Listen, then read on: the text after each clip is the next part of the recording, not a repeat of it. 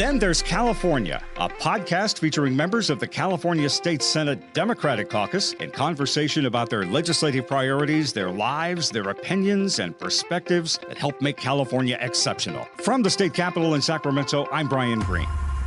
California has long been at the forefront of anti-smoking initiatives and laws that promote health equity and aim to protect our children from the harms of tobacco, nicotine, and secondhand smoke. California's history of tobacco prevention began in 1988 when voters passed Proposition 99, the Tobacco Tax and Health Protection Act. Fast forward to 2020, the governor signed into law a bill that kept up with the times and the seductive marketing and manufacturing skills of the tobacco industry by prohibiting the sale of most flavored tobacco products, including e-cigarettes and menthol cigarettes. And that prohibition was finally affirmed by voters in 2022 when they approved a ballot initiative upholding the mandates of the original Senate bill. Well, the passage of the 2020 law and the 2022 initiative were important steps forward. Here in 2024, far too many young people are still getting their hands on illegal vapes, many imported from other countries, that have kid-friendly images and inviting names like gummy bear and watermelon and rainbow cotton candy and dulce de leche, trapping them in addiction to nicotine, exposing them to harmful chemicals like formaldehyde, and jeopardizing the development of their hearts, their lungs, and their brains. Health experts and concerned lawmakers remind us that California and the nation have come a long way in reshaping perceptions around cigarettes, making them uncool in the eyes of our children. Well, now the challenge is to channel similar effort and dedication into combating vaping by properly regulating the disposable e-cigarette market, removing illegal products from retail shelves,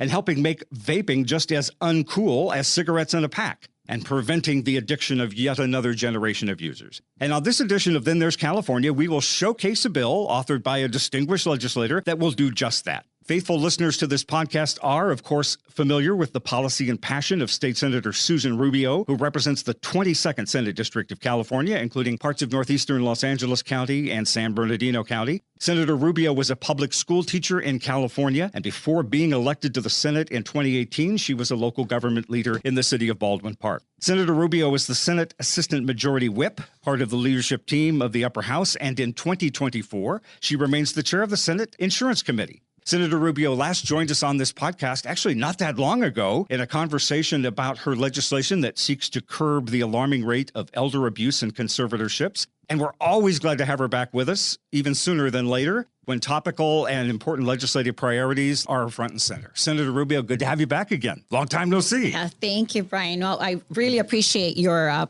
program because it gives us an opportunity not only to share some of the policy that we have, but I always see it as a PSA for parents and those that are most impacted by some of the policies, and in particular in this case, smoking, which is something that's happening in all communities. So thank you for having me. Absolutely. And also with us, joining Senator Rubio, two advocates who have seen firsthand on both a professional and personal level how important enforcing California's flavored tobacco ban and keeping those products from the market are vital to the health of young people and the community at large. Jen Grandalejano joins us by phone. She is the Senior Government Relations Director here in Northern California with the American Cancer Society Cancer Action Network. Jen, if you can hear us, assuming you can, welcome to Then There's California. Thank you so much. Great to be here. And then also we have Amre Abumakia. He is a rising freshman at Yale, just recently graduated from Granite Bay High School here in Northern California. Good to have you here. So, Senator, big issue here. I remember when I was a kid, and you perhaps remember this too, when you were in school, seeing your peers smoking cigarettes was kind of the shocking thing. And our school had this smoking section, and catching somebody there was just like, oh my God, they're actually smoking. And it seemed like such a novel and quaint kind of attitude. So I don't know if you remember that or just how the attitudes have changed, but especially in your career as a teacher, how have you seen the rise of tobacco and vaping and all of this come to our students? Well, I like to think that I'm really, really young, but I'm not. And I can tell you, I remember the days, and it's so difficult for you to even imagine a world where you would go to these restaurants and everyone's smoking next door to you, the table over. And I remember just walking even in some of the malls and moving around so they wouldn't get my hair. I mean, we lived in a world where everyone walked around with cigarettes. And I remember when the band started, it could have been 80s, early 90s, and I just didn't see it. I couldn't imagine people actually giving up smoking. But fast forward, and I have to say, first of all, even though we're still pushing policy, I have to be, just proud of us as a legislature, because I think we've come a long way in terms of making sure that people don't smoke. But when I got elected as a council member, the problem was still very prevalent. And so I have dual roles. I was the elected council member at a local city, but also a teacher. And I had seen the rise in students smoking in the restrooms, in the halls. And then vaping started happening, which even posed a bigger problem. At least a cigarette we can see, but the vaping was really out of control. And students found ways of going to little corners and smoking. So as a council member, I remember we were so aggressive in tackling this issue. I believe Baldwin Park was the first city in the state of California to ban smoking in public places, not only inside, but we also had a 20 feet provision where they couldn't smoke outside a window because it still would go back in. So we were very aggressive in doing that. So I always knew that if I came to the legislature, I wouldn't stop. So we're very proud of what we did locally, and the work continues. And in fact, you haven't stopped. You have, in addition to the bill we're talking about today, you have a greatest hits package, if you will, of tobacco-related legislation. You want to talk briefly about that? Absolutely. And as I shared with you right now, as a teacher, I saw a lot of smoking going on, and I was very saddened by the fact that manufacturers got very creative. In my view, it was meant to deceive parents. By way of example, I could not believe my eyes when there was a stapler that was a vaping device. And then I also saw the USB ports. Then I started seeing highlighters, markers, pencils. And if I ever talked to a parent, they would say, oh, my child doesn't smoke. I always like to see if I can find the cigarettes. And long are the days that you can see the cigarette right on the counter. Now you have to be looking for school materials. As I mentioned, the highlighters are very common, and pencils. And then they got even more creative. I was able to educate parents. They got creative and started embedding vaping devices in clothing. So there were these hoodies that our students were wearing, and the strings to the hoodies were smoking devices. They would put the string, smoke it, and then put it down. Can you imagine a parent now in these times trying to figure out if their child is actually smoking? Right. So I started by trying to tackle the issue and make sure that we had a registry of all the items that parents should be looking for. The governor was inspired, and he took it upon himself in his office to educate in a much broader way. So what I was trying to do legislatively was not necessary. So again, trying to share with parents what they should be looking out for. And Amre, as a youth advocate and somebody who's been testifying on the senator's current legislation, which we'll talk about here in a moment, you've heard some of my stories of my naivete of all of us, the shock of somebody actually smoking. But you have actually talked about situations you've seen on campus where kids just walk out of the room to go vape. They just go vape in the restroom. Talk about that. Yeah. So like the senator pointed out, like cigarettes are kind of being phased out right now. It's the thing right now. The hot thing is vapes. And so it's every day that when I was still in high school, it's every day that I would walk into the school restrooms during break, during lunch, during passing period. And I'd find there were two kind of sites. Usually you see students vaping individually, but that's kind of rare. Usually what you see is groups, friend groups, huddled together sharing one vape. And it's like a relay where one person will come out of a stall and then they'll like do a secret handshake to discreetly pass off the vape to the next student. And so it's kind of like a group activity, and it's like I've almost become desensitized to it, so I don't have that same surprise factor when I see it. It's like, oh yeah, I've dealt with this already. And the vapes are sometimes as small as like USB ports, yes. So they're very easy to sneak. Yeah. A simple handshake can just hide that. And you have talked about the roots of addiction and how it is rooted in the interplay of all the different elements, e-cigarette ads and the devious marketing tactics and peer pressure and addiction. That's a pretty specific kind of metaphor. Talk about that a little bit more from your perspective. Yeah, so I mean, a little bit of backstory. It's since I grew up with my dad who smokes, and his addiction is 34 years old, which is almost double my age. I always used to think, okay, anyone who smokes just made a bad decision. And I realized that there was so much more complexities that underlie addiction, like the devious marketing tactics, like the flavors, cotton candy, strawberry. These flavors and bright colors are clearly designed to entice youth. And so that's what caught my attention, and that's what my advocacy kind of focuses on. And that's why I was really glad for this opportunity, because with SB 1230 that will actualize the flavor ban. And Jen from the American Cancer Society joining us on the phone. I have read that 80% of adult smokers began smoking in their teens, most of them hooked on tobacco cigarettes, and many stayed hooked. Older smokers smoke the cigarettes, but I know, as we've talked about here, the young people seem to transition to the vaping and the e-cigarettes. Is that how you see this challenge playing out in terms of addiction to tobacco for the older generation, if you will, and the younger generation? Absolutely. I mean, what you said is that most adult smokers, actually there's a stat that 90% of adult smokers started by the age of 18. So we're really talking about pediatric addiction here. And that's, of course, by design, because the tobacco industry knows that teen brains aren't fully formed yet. They're more susceptible to addiction. And how can they get them to this product? How can they make it seem less harmful? And that's how they use flavored tobacco products, which Omri spoke to. You think, well, it doesn't look like cigarettes, like the senator had talked about. It's a different thing. It's not as smelly. You can hide it. So there's a lowered perception of harm. A lot of teens don't realize that there is nicotine, that it's actually a tobacco product that they're vaping, and that it's highly addictive. And so the industry has been very smart to target young people when they're still susceptible to nicotine addiction and really use flavors to make it seem harmless and really appealing in flavors that are, like you said, dulce de leche. It's targeted to specific cultures, to younger people, and it looks like candy. Well, Senator, I referenced in the opening California's first statewide anti-smoking mandates going back several decades. And thanks to the power and influence of the industry, it's not been a straight and easy road to the attitudes and the laws and the protocols that we have in this state now. And even today, after the passage of California's ban on the tobacco-flavored products, we continue to see the youth and adults easily purchasing flavored vapes, and enforcement is a difficult problem. You have new piece of legislation that's moving through the process now, SB 1230, that will attempt to address this with its own appropriate acronym. Talk about your bill.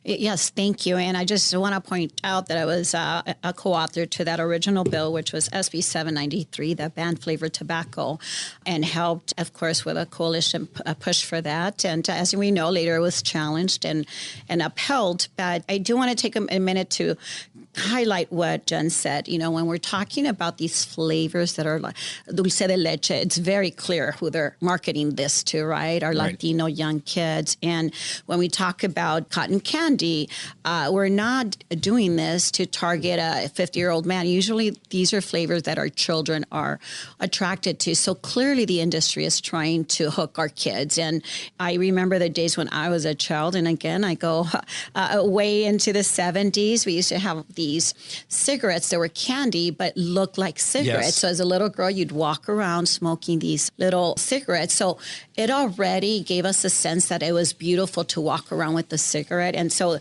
again, when I see some of these products, it is very clear they want to hook the next generation of smokers. And our job is to figure out a way to stop them from even getting addicted. So, yes, I do have a bill that is critically important because even after the ban, the flavored tobacco ban, we continue to see that there are items on the shelves in different stores that should not be on there. And so we want to make sure that the enforcement piece is what we're tackling. So the bill that I currently have is just authorizing employees of the California Department of Tax and Fee Administration to seize and destroy flavored tobacco products that they discover on a regular routine inspection. So the acronym, I think appropriately done, it's the Stop and Seize Illegal Tobacco Products Act. That's not the acronym, but the name of the bill, because again, it is important that not only we pass these pieces of legislation, but then we work on the enforcement piece. Right. And this is what we're lacking right now. And some of the stores are claiming that they're not sure, that they don't know. So now we have this mechanism where someone goes into a store and they're selling it illegally, then we can tackle the problem. And we're just going after bad actors. I want stores to understand that this is not just targeting anybody, but in the course of an inspection, if found, they should be taken and destroyed. And Jen, from your perspective with the American Cancer Society, how important and relevant is this new piece of legislation by the senator? This is critically important because any policy is only as good as the enforcement and implementation of it. And what we're finding, looking at data of flavored tobacco availability, that a lot of stores are still selling flavored tobacco products. So even though SB 793 has been implemented and it's illegal to sell flavored tobacco products, they're still widely being sold.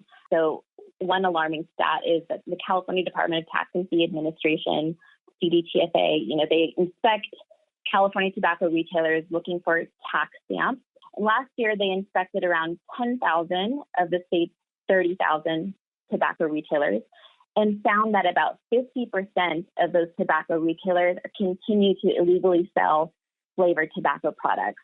So better enforcement is critically important to get these products off of the shelves and out of our communities. Is it your understanding that a lot of the regulation and enforcement issues, the paying of fines, because I know in addition to the state's regulation, local law enforcement agencies have grants from the Department of Justice here that give them power to enforce laws at the county and city level. But in some ways, this is swept under the table. It's ignored, like we say, enforcement, and almost you could say the cost of doing business for a lot of retailers because they're willing to pay the fine, risk losing their license if they can just make another score and another sale of these cigarettes. Well, I can speak to that. Local enforcement can be a little piecemeal sometimes because police who are enforcing this have other competing priorities in the community. So tobacco inspections can sometimes fall to the wayside. So I think the best part about this is that the CDTFA, the best part about the proposed law, is the CDTFA is already inspecting these stores. And right now, what they find, they're not able to remove. So this law would let them do that. And so they could make the biggest dent in getting these illegal flavored tobacco products out of the community where students like Omre are seeing them still in stores, think it's normal that these candy flavored tobacco products are there. And we know that when stores near schools sell these tobacco products, flavored tobacco products, they are more likely to start smoking. So we have to get these flavored tobacco products out of the stores, out of the perception of young people who are, going into stores every day, walking to and from school. And this law, I think, is the best thing I've seen to be able to do that. So I really want to thank Senator Rubio for your leadership in taking this on, because I think it'll be critically important to getting these products out of stores and reducing youth access to these products and youth smoking. And Omre, Jen referenced you, of course, and maybe you have some reaction to the regulations and the challenges we're having with enforcement and penalty, not only the sale of these, but just keeping them out of the hands of youth. Yeah. So obviously, California has already passed the flavor ban, but it's still very common for me to walk into the restroom. And one of the main signs that students have been smoking is that artificial scent of smoke. So clearly, stronger enforcement is necessary. And what I really appreciate about SB 1230 are two main things. So the first part is obviously the stricter enforcement of the flavor ban. Obviously, the flavors of the tobacco industry are intended to target youth. And so that's one way of reducing access because, as we know, one of the main ways youth have access to their vaping products is by buying it themselves from a tobacco retailer who just doesn't happen to be in compliance. The other part of the bill that I really appreciate is the increasing penalties for the sale of products to individuals under the age of 21. Because despite flavors, the tobacco industry continues to find other ways to target youth. One thing off the top of my head is I think it's like a new form of nicotine products, which is smokeless. It doesn't burn. It doesn't involve any burning or any smoke. It's just you place it under your lip. And so they keep trying to find ways to make nicotine and addiction more convenient. And that's clearly only targeting youth whose addiction becomes so overwhelming that they have to start vaping or smoking on campus. So by increasing the penalty for the sale to underage individuals, we're kind of reinforcing protection against the tobacco industry's evolving strategies. Well, they're really having to be creative, aren't they, to get their product out there? Do most young people know that they're smoking and inhaling nicotine? Do they know what they're doing? Yeah, that's something I really grapple with. And throughout my advocacy, I had kind of a shift of attitude or shift of thought. At first, I thought people who, suffer from addiction are just simply uninformed. But I kind of learned that there's many more factors that go into it. I don't think that given the sheer number of youth who vape, I think it's misguided to say that all of them are uninformed of the consequences. I think people generally have the idea that these products are bad, these products will have negative consequences. But I think there's been a culture created, a culture of vaping, especially in high school and college during these years, where it just seems like everyone's doing it. And it's like when I gave you the example of whole friend groups sharing a single vape, it's like that is a form of peer pressure. It's not our traditional, the conventional peer pressure we think of, but it's still peer pressure. Like imagine being part of a friend group and they're all sharing a vape, and then the vape, it's your turn. You know, someone might feel like, okay, I'll just take a hit from this vape. So there's peer pressure that goes on. There's the misinformation. Some people might have the general idea and think that it's just part of the experience for high school. I'm just going to do it now and then maybe quit later. And there's definitely some people who just are ignorant of the consequences, but I do think it's a spectrum, and I wouldn't say that all of these people are just unaware of the consequences. Yes, Senator. I wanted to add to that, and thank you for pointing this out. And so, yes, at the other side of the penalty, I wanted to just emphasize that it had not been touched in 20 years. So there is a modest increase in the penalties, because we definitely want to get rid of the vaping devices, but also there has to be higher consequences for retailers to want to stop. But I want to go back to what we're talking about, this creative way of now having new products, right?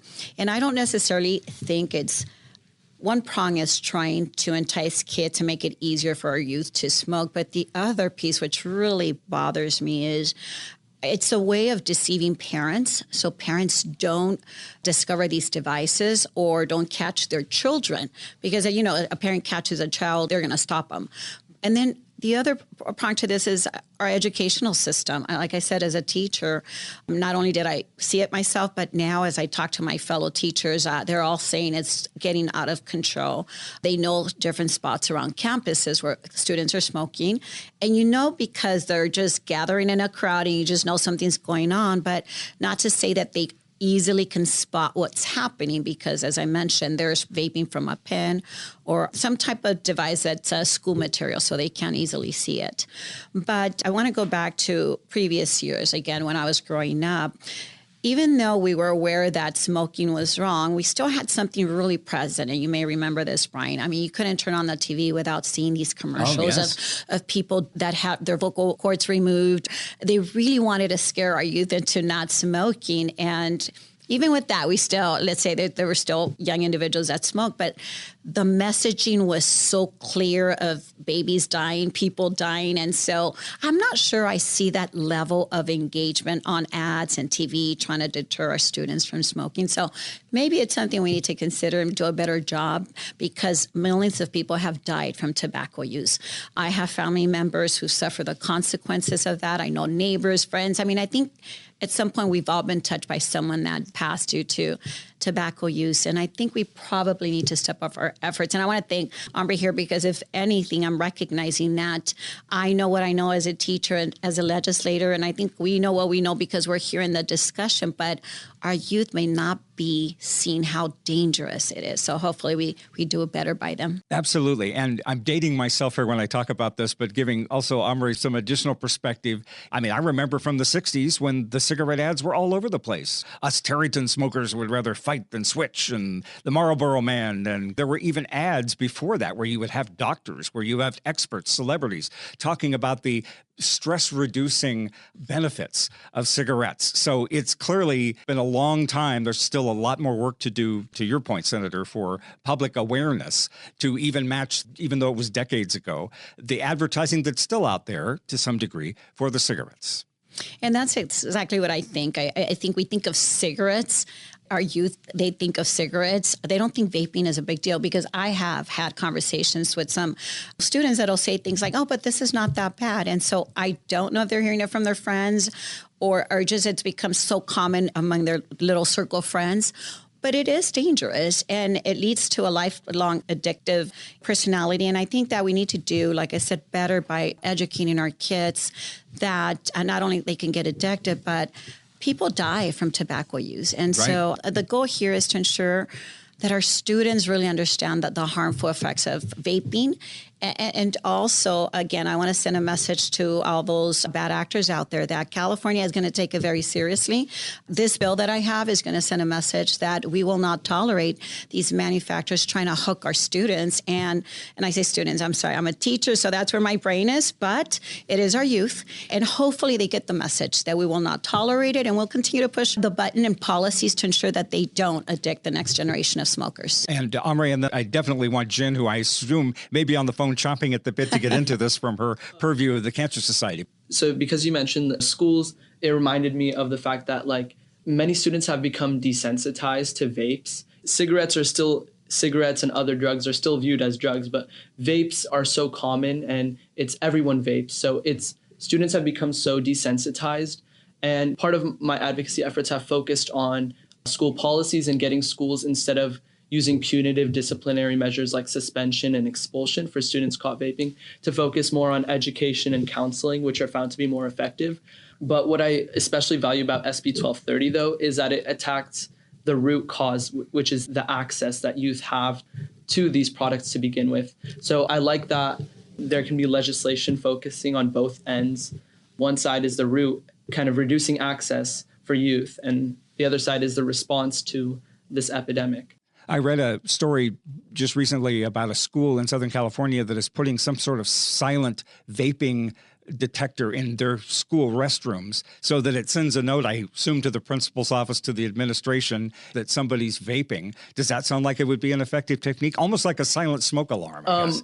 I've spoken with my principal and other administrators about what policies they have in place, and he mentioned that they could get smoke detectors, but it's still the same thing with students finding ways to avoid the punishment. So it's like the office, I think for my school, they were saying that smoke detectors, like by the time they'd receive the notification, it would take too much time for them to actually go and catch. Sure, that makes sense. They would have people would have snuck out, and who would know? Jen, from your perspective, obviously from the American Cancer Society, that has been a pivotal organization since the beginning in promoting anti-tobacco and anti-smoking efforts. And if I'm remembering my history right, were key to putting that first warning on the packs of cigarettes from the Surgeon General's office that smoking can cause cancer. Do you want to weigh in on everything that we're talking about here, about the health impacts and the effects? Yes, I would love to. And I mean, something that both Omri and the senator have touched on is really the tobacco retailers as that root cause of availability of these tobacco products. And just to step back and give an idea of the scale, what is working behind the scenes of the tobacco industry really trying to hook their next customer, is that 90% of the tobacco industry's marketing budget goes into stores, brick and mortar stores. And part of that is because some of those commercials you talked about, seeing commercials, years ago with these tobacco products being advertised, they're not allowed to do that anymore. So where they can focus their energy is in advertising these products in stores. And so, I mean, we can, as parents, as teachers, we can do everything in our power to educate people about the harms of smoking, but we're really up against a huge industry that is spending billions of dollars to get you to buy their products. So it's really not about your personal choice if you make a good or bad decision to buy tobacco products. It's not as simple as that. You're working up against $1 billion, very sophisticated marketing campaign getting you to want and buy these products. So, I mean, in this David and Goliath kind of situation of the community versus the tobacco industry, you really need a large-scale tool like what this policy would do to fight back and get those products out of stores where students, young people, communities are seeing these products and are able to buy them. Because again, just seeing these products available in your community makes you more likely to buy them. Again, just up against that $1 billion marketing campaign of the tobacco industry. So it's not about blaming youth for starting, blaming smokers for continuing. It's really, I want to put it into perspective that we're up against this huge industry that has been working for decades and decades and has really refined their process over time. to make it seem like, yes, this is what I want. I'm just going to go buy this and it's not going to do any harm and it's so cheap. It tastes like candy. What a great idea, especially for young people who are experimenting and more susceptible to addiction. So they think that they're trying that dulce de leche vape and they end up with a lifetime of addiction and disease. So really just wanted to highlight the importance of, now that the industry can't market in commercials and billboards like they used to, they focus all of their energy and that marketing budget into these brick and mortar stores. And so that's where we can really do a lot to get these products out and stop that access, interrupt that access that young people have to these flavored tobacco products. And I think, again, we need to bring front and center the issue of addiction, that for all the preventative methods or for all of the penalties and punitive measures, we have people who are addicted, young people, older people, and how many of us have family members, as the senator had referenced initially, that have dealt with smoking, and I'm going to quit tomorrow. I promise next week I'm going to quit. Next year I'm going to quit. And sometimes it takes a near-death experience to get to that point. But I want to talk about that also, and just efforts that are being made in the healthcare world to fight the addiction. I know that the UC Davis Cancer Center has launched a tobacco cessation policy research center with some funding that will give extra focus on cessation and quitting and dealing with addiction. And I know you have commented on this center before. How valuable do you think that the center is going to be to controlling policies and helping people quit? It's an age-old challenge. Yeah, so thank you for bringing that up. So I'm a principal investigator on that center working on really community engagement and dissemination of our findings. It's in the center's name, right? Tobacco cessation policy. We need those policy tools to work up against this industry and really interrupt the systems that are in place that are allowing the tobacco industry to addict people. One thing that we're doing related to flavored tobacco is just analyzing some data that's coming out from the state where the counties are going into stores and just seeing how available these flavored tobacco products are. So that data is coming out. We're going to be analyzing that in the next couple months to confirm what we have found so far, that these products are still widely available. We need to increase enforcement efforts to make sure that SB 793 state flavored tobacco ban is working as intended to get these products out of the community, and working on other products to make sure that people can access tobacco cessation treatment. People who are already smoking can access tobacco cessation treatment through pharmacies, and that they have what they need in order to get tobacco cessation treatment covered through their insurance, especially for people who are in rural areas where access to care can be difficult, is driving there, people where cost is a factor, and to really make sure that the treatment that is available is actually getting to the need in the community for people who are smoking and to prevent regeneration from starting smoking. Thank you for sharing that. And Amre, I wanted to ask you to a point that the senator made just a few minutes ago, and I know your fellow advocates out there in the networks have pointed out that tobacco issues are not just health related, but it's also a social justice issue, that some of the predatory tactics of the industry leverage injustice and worsen health disparities that are already experienced by communities of color, LGBTQ community members, individuals struggling with mental health.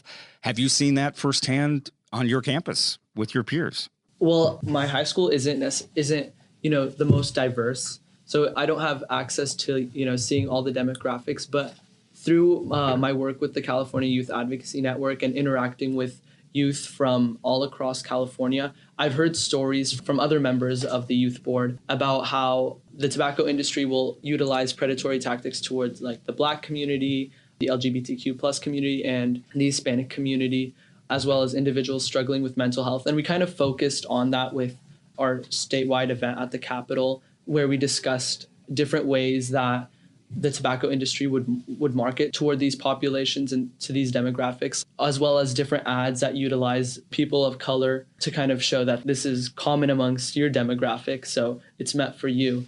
So it's this dangerous rhetoric that the tobacco industry utilizes and then will proceed to place the burden on its customers that the addiction is their fault and not the tobacco industry's.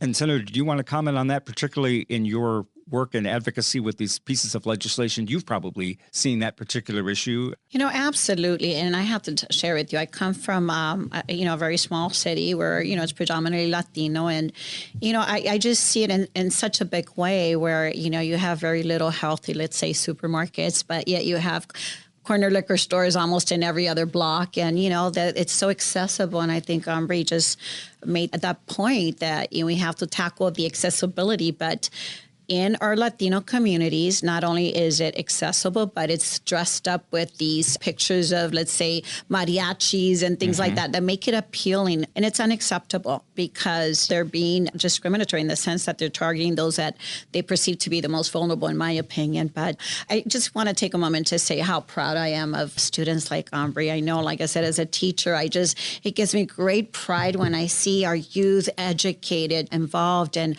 well-versed in an issue. And he's been an advocate alongside me for a while now. So I want to take a moment just to acknowledge that, and that we could create a lot more of him. In other words, more advocates in our schools.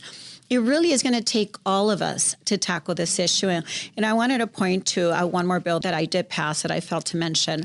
In the 90s, there is a bill that helped curb smoking in hotel rooms, but it was left with about 20% that they could smoke. For example, they banned it in hotel rooms, but there's a 20% loophole, right? And last year I was able to tackle that issue. I passed a bill that banned smoking 100% in hotel rooms to really try to protect the hospitality workers, which I also believe we have a lot of either Latinos, African Americans. And so I think that in itself, the jobs that those individuals do is really disproportionately impacting communities of color. So that bill became really instrumental for me because those hospitality workers are the ones that go to work, and the smoke in hotel rooms just continues to creep in the walls, and there's residue, there's chemicals that are left behind, and they're Indeed.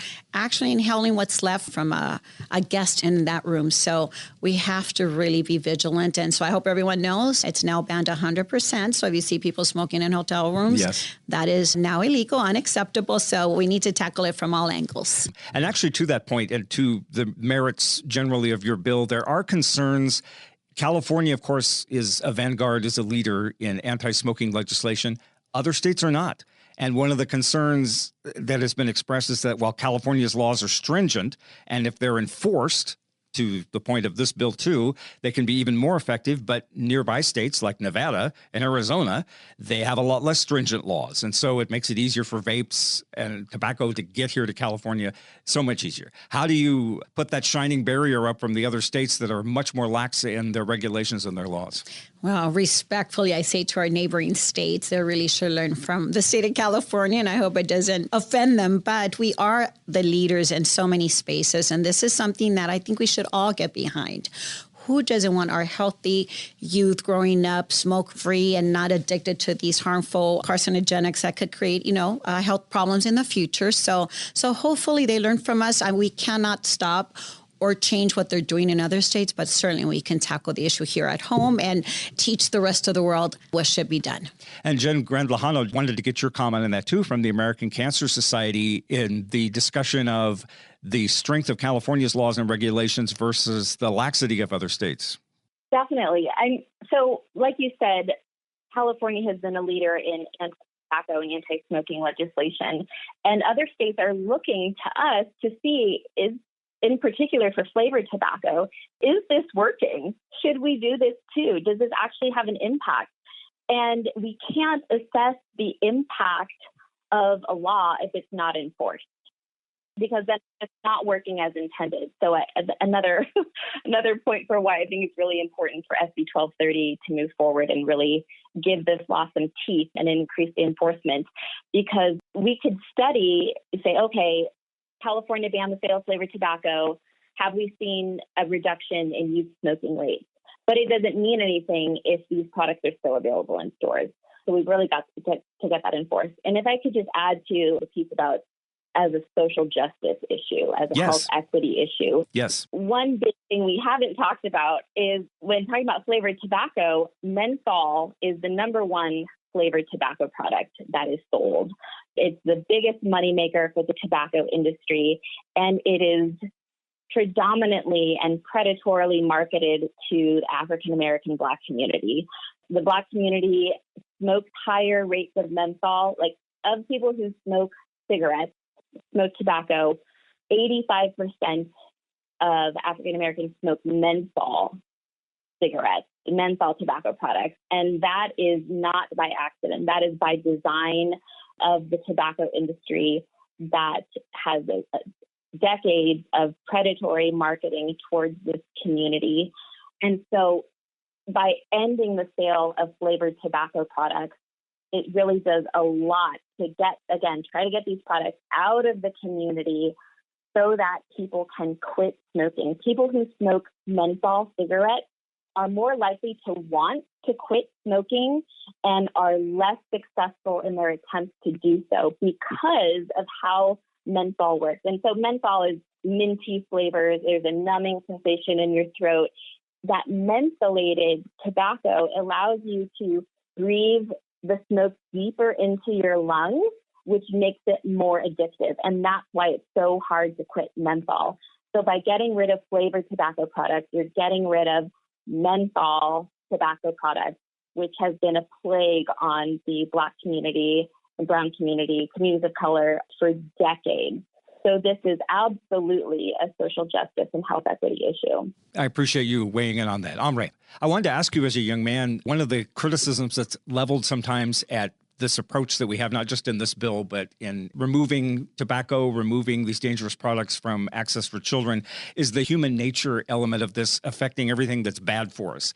As kids, and you're still a young man, maybe you can speak to this too, we always want something that we can't have. Like the more unhealthy or the more evil or the more unavailable it is, the more we want it. We want it because it's illegal. The door says don't enter. Let's go in and see what's behind it. So like prohibition back in the 30s, when liquor was banned, people created it themselves. They had stills. They bought it on the black market. So kids can get vapes from China. They can get it from Europe. They can get it online. And some people say it kind of defeats 100% all of the stuff that we're doing. What do you say about the countering that human element to be attracted to danger and what is illegal and what is not good for us? So I'd say the main thing that's attracting, youth to these products is definitely that cycle of, that temporary relaxation that's followed by the feelings of stress and, temptation to vape again to feel normal.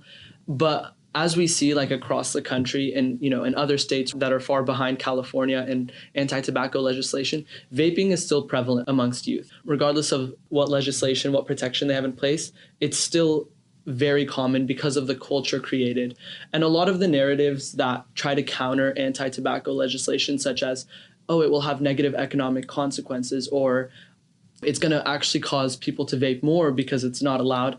These are actually narratives that are kind of perpetuated by the tobacco industry to slow legislation and to hinder a tobacco-free future. Well said. As we wrap here, I want to make sure I give a parting shot, if you will, to everybody that's joining me here to make sure that points that we want to bring up, or maybe I've danced around and you haven't had a chance to bring them up here. Jen Grandvalhano from American Cancer Society, any final thoughts you would like to give on the bill and the specifics, but on this overall issue that we're tackling? Yeah, I think, as an ending comment, I just want to thank the senator for her leadership in this and really recognizing that the retail environment, stores in our communities can be such a great place for people to access healthy food, healthy products. And the more we can do to get tobacco products out of there, the better. So that we can, through policy, create an environment where the healthy choice is the easy choice and really change those social norms so that you're not seeing tobacco everywhere. It's in the same way that in the 90s, we smoke-free bars. When you go to places like Nevada, there's smoking everywhere. And as a Californian, you don't expect that. And you're like, oh, gosh, this is terrible. I can't breathe. So that's something that has been created over time through policy. We've changed those social norms. So I'm really looking forward to being able to do the same thing with getting tobacco products out of those stores so that those stores can be a place where our communities can go to thrive with their healthy habits and not start tobacco addiction, which leads to diseases like cancer. So just wanted to end with that. Thank you so much. Thank you very much. Omri, I'll give you a parting shot, too, from your perspective as an advocate, a young man with wisdom beyond his age, if I may say, in some ways. Your perspective on this is a final word. I just wanted to build on what I was saying previously. The vaping epidemic among youth, that will only persist and it will only grow. And as Jen touched on earlier, the tobacco industry is flooding millions of dollars into attracting youth to their products. And our main source of defense is legislation. And we've already seen that to be successful with the flavor ban and with the continued legislation that's being enacted. And I just want to say, growing up with a dad who smoked, I've seen addiction firsthand. And that's what really makes me passionate about this. I really value legislation like SB 1230 to get these flavored and otherwise illegal tobacco products off the shelves so that in the future, we will have no more lifelong smokers and no more young people like myself who have to face the consequences. Because in reality, even if one individual in a community suffers from addiction, that affects everyone else around them.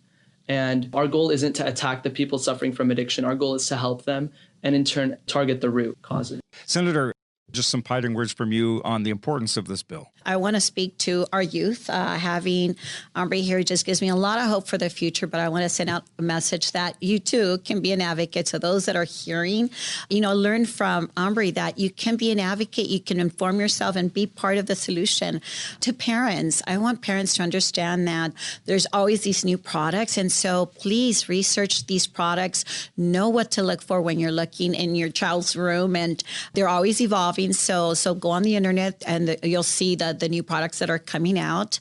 And lastly, to all the bad actors out there, we're coming after you. So please stop trying to attract the new generation of smokers because they deserve better. And California won't stop until we're there. And I think he said it best, until we have a tobacco-free future. So thank you, Omri, and thank you, Brian, for having us here today. Thank you, Senator. It's a pleasure. And as always, in our very detailed discussions about your important bills, I always feel like we're just scratching the surface and not getting to a lot of details, but it is important to have it. And thank you for the conversation. Jen Grandlejano with the American Cancer Society Action Network, thank you for joining us. And then there's California. Thank you so much. And Omri Abramaquia, thank you. You are a youth advocate. Good luck with your years here at Yale University. Congratulations on such a distinguished college career that you have ahead of you. And for all of your work here as a young advocate for this bill, and I assume future advocacy for legislation and other important issues. Yeah, thank you. Senator, it's great to have you here. I hope we can do this again sooner than later. Always great to talk to you about the bills and the work that you're doing. Thank you for joining us as well. Absolutely. And so I appreciate the time. State Senator Susan Rubio, representing California's 22nd Senate District, the author of SB 1230, Jen Grandlejano with the American Cancer Society Action Network, and Omri Abramaquia, a student at Yale University and a statewide youth advocate here in California. And that brings us to a close of this edition of Then There's California. We're a production of the California State Senate Democratic Caucus with technical assistance and production support from Ben Abaya, Nick Boulay, Brian Shadden, McLeana Woods, Michelle Baker, Ariana Medell, and the graphic artistry of Tim Davis. From the state capitol in Sacramento, I'm Brian Green. Thanks for listening to Then There's California.